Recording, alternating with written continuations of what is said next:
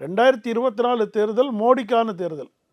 அந்த மோடிக்கான தேர்தல்லே இவங்க சதி வேலை பண்ணி வெளியில் போயிட்டாங்க. 10 எம்பி கிடச்சிருந்தா இன்றைக்கி மோடி வந்து ஒரு ஸ்ட்ராங்கான லீடராக உட்கார வேண்டியிருக்கும். ஒரு தொங்கு இதில் உட்கார வேண்டிய அவசியம் இல்லை. அதையே கெடுத்தவர் எடப்பாடி பழனிசாமி தன்னுடைய ஆணவத்தால்.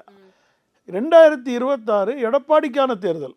எடப்பாடி முதலமைச்சர் ஆகிறதுக்கு மோடி அமித்ஷாவை என்ன பட்டுக்கம்பளம் விரித்து கொடுப்பாங்களா? நீ வாயா உட்காரு, ஒன்று நாங்கள் முதல்வராக்குறேன்னு.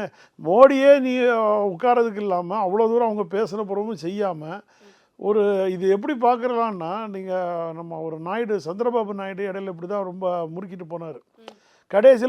கடைசி காலகட்டத்தில் போய் நிற்கும்போது பார்க்க வேண்டாமாங்கிற ஒரு சூழ்நிலைக்கு ஆளாக்கப்பட்டார், தள்ளப்பட்டார். அதே போல் ஆயிடக்கூடாதுங்கிறக்காக இவங்க முன்னாடியே போய் ஒரு சீட்டு போட்டு வச்சுட்டு வந்திருக்காங்க. அவங்கள்ட்ட நான் நல்லவங்க, நாங்கள் யாரும் உங்களுக்கு எதிராக செயல்படலை சொல்லி ஒரு சீட்டை போட்டு வச்சுட்டு வந்திருக்காங்க. நான் எப்பவுமே மிஸ்டர் கோல்ட் கடலை எண்ணெய் தான் வாங்குறேன். ஏன் தெரியுமா? சாதாரண ஆயிலை விட சமையல் டேஸ்டாவும் இருக்கும், ஹெல்தியாவும் இருக்கும்.